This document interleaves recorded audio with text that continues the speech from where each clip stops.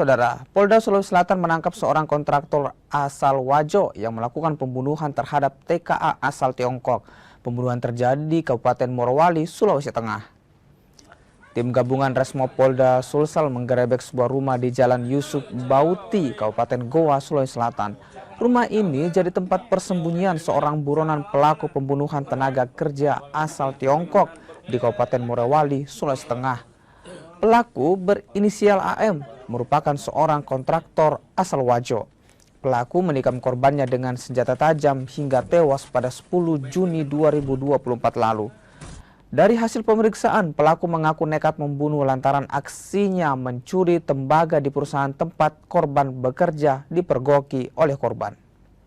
Kami amankan tersangka dengan istrinya. Tersangka inisial AM alias EL. Sedangkan istrinya inisial EN. Itu yang peranannya yang membunuh siapa ini, yang melakukan penikaman? Yang melakukan penikaman itu tersangka AM alias FL, di mana dia melakukan penikaman dan menyebabkan korbannya meninggal dunia dengan cara menikam di leher dan di bagian perut. Dari hasil interogasi tersangka, memang kita peroleh motifnya. Awalnya ingin melakukan pencurian, namun kepergok sama korban.